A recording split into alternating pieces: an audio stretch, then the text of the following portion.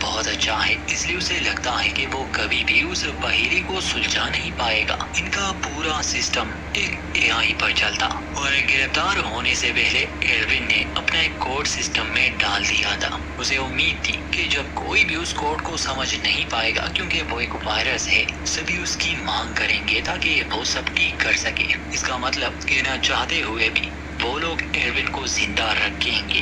اینا ایروین کی کہانی سن کر سو جاتی ہے۔ جب وہ جاگتی ہے تو وہ دیکھتی ہے ہزاروں کی تعداد میں ایلین جیپ ان کی اور بڑھ رہے ہیں۔ ایروین اینا کو لیے جلدی سے لوہے کے اس صندوق میں چھپ جاتا ہے کیونکہ یہ جیپ اتنے زیادہ جاتا تھے کہ ان سے بچنا ناممکن تھا، مگر خوش قسمتی سے یہ لوگ اس ڈبے میں بچ گئے۔ حملے کے بعد وہ صندوق تو کافی خراب ہو چکا تھا، اس کا ہینڈل بھی ٹوٹ چکا تھا۔ اب یہ لوگ بنا اس صندوق کے اپنی یاترا آگے بڑھاتے ہیں۔ وان اور اس کے لوگ اب بھی ان کا پیچھا کر رہے تھے، کیونکہ سچ تو یہ تھا کہ وان کے پاس کوئی اور پلان تھا ہی نہیں، اور ایروین کو وہ اپنا لیڈر ماننے کو تیار نہیں تھا، اس لیے وہ اس کے پیچھے پیچھے آ رہے تھے تاکہ اس ڈاکو تک پہنچ سکے۔ مگر اتنے پیدل چلنے کے بعد وہ اور اس کے لوگ کافی تھک چکے تھے۔ سبھی کو وہ آرام کرنے کے لیے کہتا ہے، مگر ایسے ایروین ان سے دور چلا جائے گا اور یہ لوگ شاید اسے ڈھونڈ ہی نہ پائے۔ لیلا وان سے سہمت نہیں تھی۔ تھوڑی بحث کے بعد وہ اپنی رسی کاٹ کر ان کا ساتھ چھوڑ دیتی ہے اور ایروین کی تلاش میں چل پڑی۔ یہ دیکھ کر وان غصے میں آ گیا۔ وہ اپنے باقی ساتھیوں کو آدیش دیتا ہے کہ اس عورت کو پکڑو، لیکن کوئی بھی اس کی بات نہیں مان رہا تھا، اس لیے وہ خود ہی اس کے پیچھے لگ گیا۔ مگر کچھ آگے جانے پر وہ خود ایک دلدل میں پھنس جاتا ہے۔ کوئی بھی اس کی مدد نہیں کر رہا تھا اور لیلا اس پر ہنس رہی تھی۔ یہ سبھی لوگ اب ایروین کے پیچھے جانے والے تھے۔ آخری سمے پر جب وان مرنے کے قریب تھا تو ایک بزرگ اس کی مدد کرتا ہے۔ وہی اینا ایروین سے پوچھتی ہے کہ وہ جیل میں کیسے آیا۔ ایروین اسے بتاتا ہے کہ اسے پریزیڈنٹ کے غلط کاموں کا پتہ چل چکا تھا، اس لیے پریزیڈنٹ اسے مارنے کی کوشش کر رہا ہے، لیکن ایروین نے اپنے بچاؤ کے لیے یوجنا تیار کر کے رکھی تھی۔ وہ اینا کو بتاتا ہے کہ اس نے گورنمنٹ کے سسٹم میں ایک وائرس انسٹال کیا ہے جو دھیرے دھیرے سسٹم کو خراب کر دے گا، اور اس وائرس کو کیسے مٹانا ہے یہ صرف ایروین ہی جانتا ہے، اس لیے سرکار کو ایروین چاہیے۔ دوسری اور وان کا گروپ بنا وان کے ایروین اور اینا کو ڈھونڈنے میں لگے تھے۔ راستے میں انہیں دو لوگ نظر آئے۔ انہیں لگا شاید یہ ایروین اور اینا ہے، مگر قریب پہنچ کر پتا چلا کہ اصل میں یہ کینابل ہے۔ کسی سمے پر انہیں بھی اس جیل سے اس بنجر دنیا میں مرنے کے لیے چھوڑ دیا گیا ہوگا، اس لیے اب یہ انسانوں کو ہی کھاتے ہیں، کیونکہ کھانے کو اور تو کچھ ہے نہیں۔ وہ ان پر حملہ کرتے ہیں اور ان کے ایک ساتھی کو بھی مار کر کھانے لگے۔ اس لڑکی کی چیخیں اینا اور ایروین کو بھی سنائی دے رہی تھی۔ اینا ان کی مدد کرنے کو کہتی ہے، لیکن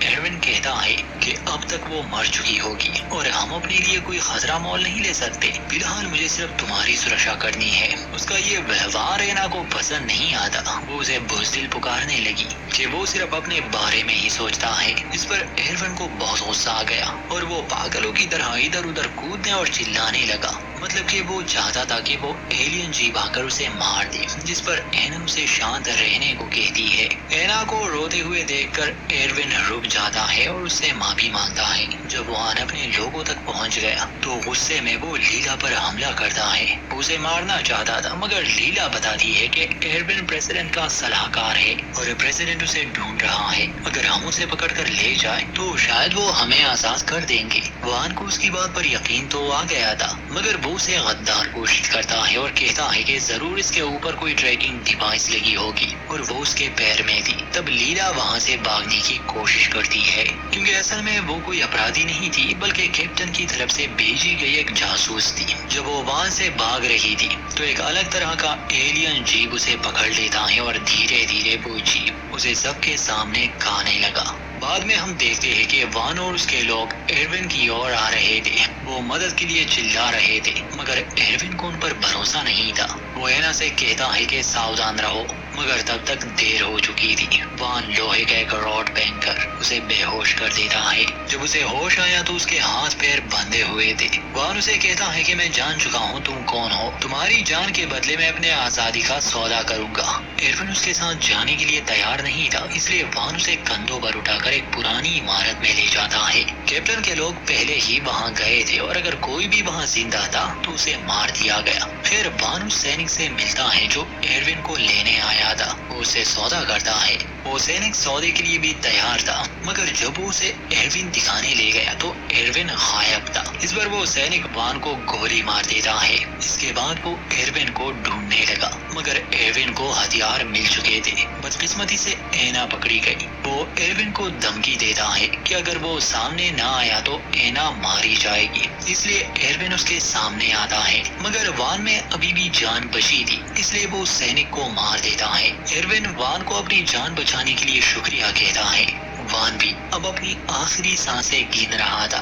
اب ایروین اینا کو لے کر گفا سے باہر جاتا ہے۔ اب صرف 3 ہی لوگ بچے تھے، جوب نام کا ایک آدمی، اینا اور ایروین۔ وہ وہ دیکھتے ہیں کہ ان کے سامنے سمندر ہے، اس میں گاز سے بنے چھوٹے چھوٹے ٹاپو ہے۔ ایروین صلاح دیتا ہے کہ اس پر چھلانگیں لگا کر وہ شاید اس ساگر کو پار کر سکے، مگر جب اس پر چڑھتے ہیں تو پتہ چلتا ہے کہ یہ تیر رہا ہے، تو ایک ناؤ کی طرح وہ اسے استعمال کرنے لگے۔ کچھ سمے کے بعد گاز پانی سے بھرنے لگی، وہ ڈوب نہ جائے اس لیے جاب اپنی جان کی قربانی دے کر پانی میں کود گیا۔ حالانکہ ایروین اسے منع کرتا ہے مگر وہ نہیں مانا اور سمندر کا ایک پرانی اسے فوراً ہی نگل لیتا ہے۔ ایروین اور اینا دکھی تھے لیکن وہ اپنی یاترا جاری رکھتے ہیں۔ اس بیچ کیپٹن کو آدیش ملتے ہیں کہ ایروین کو جلد سے جلد پکڑ لیا جائے کیونکہ وائرس کے کارن سسٹم بگڑ رہا ہے جو ایروین ہی ٹھیک کر سکتا ہے۔ کیپٹن ایروین کو بچانا نہیں چاہتا تھا، وہ ایک مہیلا سینک کو آدیش دیتا ہے، وہ یان میں بیٹھ کر اسے مارنے جا رہی تھی لیکن سسٹم لگ بھگ فیل ہو چکا تھا، اس لیے وہ یان بھی پانی میں ڈوب گیا۔ ایروین اور اینا اپنی جیت کی خوشی مناتے ہیں کیونکہ اب انہیں پتا چل گیا کہ وائرس کام کر رہا ہے۔ وہ ایک بڑے سے باندھ سے گزرتے ہیں جس میں ان کی ناؤ گر جاتی ہے اور وہ انت میں اپنی منزل یعنی ہیپینس آئی لینڈ تک پہنچ گئے۔ ایروین پریشان تھا کیونکہ اسے کوڈ کا آخری ڈیجٹ یاد ہی نہیں تھا۔ اصل میں اس آئی لینڈ پر ایک انترکشی یان موجود تھا اور اس جگہ کا دروازہ کھولنے کے لیے انہیں وہ کوڈ چاہیے تھا۔ اینا اس سے پوچھتی ہے کہ پریزیڈنٹ نے آخری بات اس سے کیا کہی تھی، تو وہ اس پہیلی کے بارے میں بات کرتا ہے کہ اس نے جواب دیا تھا کہ 9 نمبر۔ اینا کہتی ہے کہ تم یہ ٹرائی کرو۔ ایروین پہلے غلط کوڈ ڈال کر سسٹم کو چیک کرتا ہے مگر یقیناً وہ نمبر غلط تھا۔ سسٹم بتاتا ہے کہ اب ان کے پاس صرف ایک ہی موقع ہے۔ اس بار ایروین 9 ڈائل کرتا ہے جس سے دروازہ کھل گیا اور اندر انہیں انترکشی یان دکھ جاتا ہے۔ ایروین کہتا ہے کہ اس میں صرف ایک انسان ہی بیٹھ سکتا ہے، اس لیے وہ اینا کو جانے کے لیے کہتا ہے، مگر اصل میں یہ نریشنز کی ایک سستی ایکٹنگ تھی کیونکہ انت میں دکھایا جاتا ہے کہ دونوں ہی اس یان کی مدد سے اس گرہ سے نکل گئے اور اس بنا سر پیر والی کہانی کا انت ہوتا ہے۔